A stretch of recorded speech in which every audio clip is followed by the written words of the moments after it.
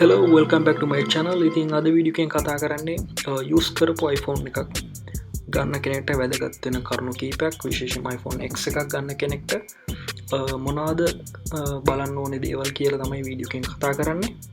එහෙනම් බලමු. මුලින්ම ඔයාගේ ෆෝන් එක රීබූට් කරගන්න ඕනේ. කියන්නේ ෆෝන් එක ඔෆ් කරලා on කරගන්න ඕනේ. එකේ බූට් වෙන්න කොච්චර වෙලාවක් යනවාද, හරියට එක වෙනවාද, ඒ විස්තර ටික මුලින්ම බලාගන්න ඕනේ. මොකද ෆෝන් එක මොක්හරි ඉන්ටර්නල් ඩැමේජයක් තියෙනවනම්, ෂුව එකක් තියෙනවනම් මේක බූට් වෙන්න සැහැන්න වෙලාවක් යනවා. බූට් උනත් ෆෝන් එක මුකුත් වැඩක් කරගන්න බැහැ. ඇප් ඕපන් වෙන්න ඇති ප්‍රශ්නයක් තියෙනවා. ඒ මොකරි ඉෂුව එකක් තියෙනවනම් අනිවාර්යෙන්ම මේක ඔන් වෙලා තියෙන ෆෝන් එක ඔෆ් කරලා බලන්න ඕනේ බූට් වෙන්න කොච්චර වෙලාවක් යනවද සහ මේ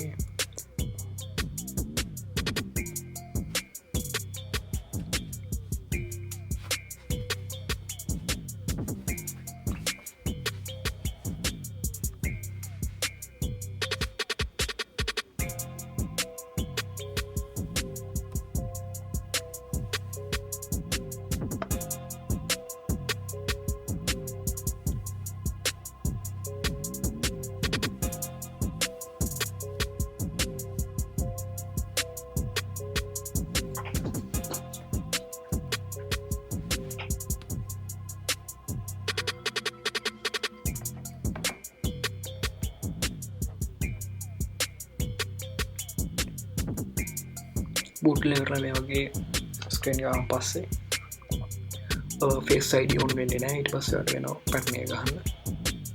ඊට පස්සේ බලන්න ඕනේ මේක බටන් ටික මොන වගේද කියලා. විශේෂම මේ සයිලන්ට් බටන් එක මේක සයිලන්ට් ඔෆ් සහ සයිලන්ට් ඔන් වෙද්දී අනිවාර්යෙන් සයිලන්ට් එක ඔෆ් වෙද්දී මේක පොඩ්ඩක් වයිබ්‍රේට් වෙන ෆෝන් එක බලන්න ඕනේ.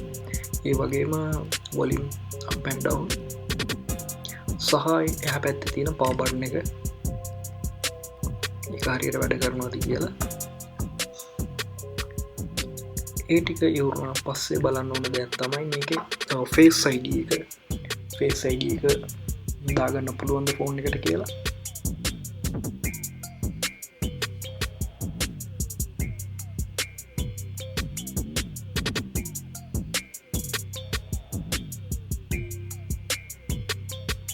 මෙතන මගේ ෆේස් ID එක මේකේ තියෙන නිසා එමත් දාන්න දෙයක් නැහැ. එම නැත්තම් පිටිපස් ඔය පල්ලෙහා රතු පාටින් තියලා තැන තියෙනවා ෆේස් ID එක හදාගන්න. එතන ක්ලික් කරපුවම ෆ්‍රන්ට් කැම් එක ඕපන් වෙන්න ඕනේ අනිවාර්යෙන්ම. ඊට පස්සේ බලන්න ඕනේ මේකේ කැමරා එක.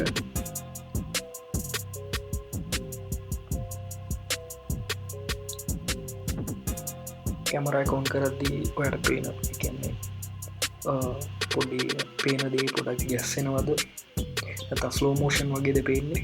වීඩියෝ රෙකෝඩ් එක සහ ෆොටෝ සහ ඉතුරු ෆීචර්ස් ඔක්කොම බලා ගන්න ඕනේ. ෆ්‍රන්ට් එක සහ බැක් එක මොකක්හරි ස්ලෝ වීමක් හරි මොකක්හරි එහෙම තියෙනවද කියලා.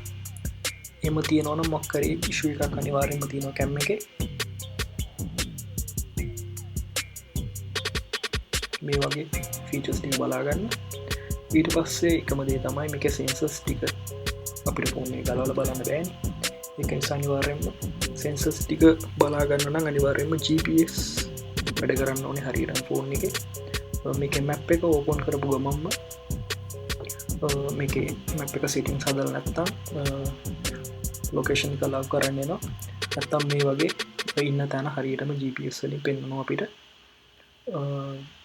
මේක සෙන්සර්ස් ටික හරියට වැඩන ෆෝන් එකේ. ඊට පස්සේ බලන්න ඕනේ මේකේ මයික් එක සහ ස්පීකර්ස් ටික. ස්පීකර්ස් නම් සිංගලක් දාලා උනත් අහන්න පුළුවන්. මයික් එක වැඩ කරනවාද කියලා එක කෝල් එකක් ගන්න ඕනේ. එහෙම නැත්නම් ඔයාලට පුළුවන් ඒ වෙනුවට වොයිස් රෙකෝඩ් එක පාවිච්චි කරන්න. වොයිස් රෙකෝඩ් එකෙන් පුළුවන් ඉතින් හරියටම ෂෝර් කරගන්න. වොයිස් රෙකෝඩ් එකේ මේ වගේ ශබ්දේ රෙකෝඩ් වෙනවා කියන්නේ ඔයගේ මයික් එක වැඩ කියන එක අපි බලමු මොන වගේද කියලා. ඊට පස්සේ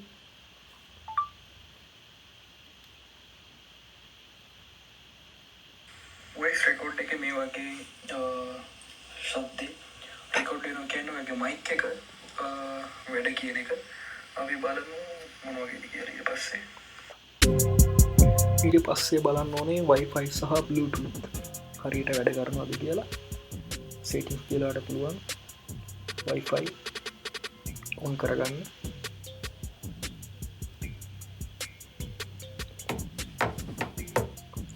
ඒක on කරව ගමන් ඒකේ automatically ඒ යට තියෙන Wi-Fi ඔක්කොම ටික වෙන්නනවා.